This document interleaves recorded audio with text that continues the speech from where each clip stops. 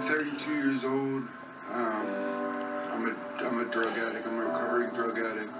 I've done 12 years in jail. I have congestive heart failure. I just had open heart surgery. Over the course of his life, Brian Gottlieb is quick to admit that he's had his fair share of challenging experiences.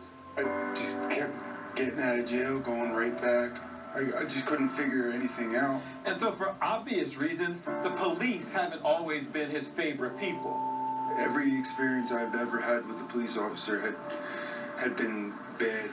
So even with his history, I met Brian at his job at a Doylestown farm, which he says came from yet another experience with a police officer.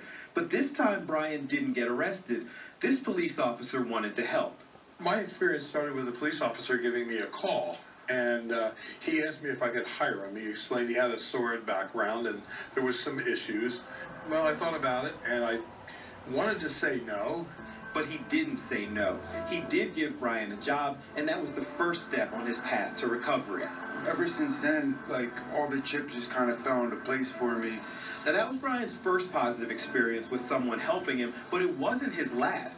Gary Bruno works for the Bucks County Sheriff's Department, but also drives Uber to make some extra cash, and that's where he met Brian. It was a very short trip, but as we were talking on the way, he told me his story.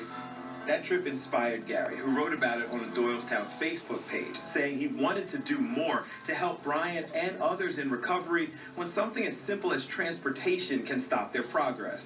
Maybe I can just do some free rides to treatment or to meetings or anyone who's in recovery, any place they need to go locally. And that simple, selfless act now led to a GoFundMe account inspired by Gary, raising money for Uber gift certificates so that anyone who needs a ride to recovery can get it for free. So what's the point of this story? It's simple. The small act that any of us can do, like Gary and Bill did, can make a difference in the lives of even those we think are beyond help. I was homeless, but now I have an apartment. I have a church that I go to that has been amazing, and I just have such a good support network now. Two cops and a businessman changed a life. What can we do for goodness sake? I'm Bill Anderson.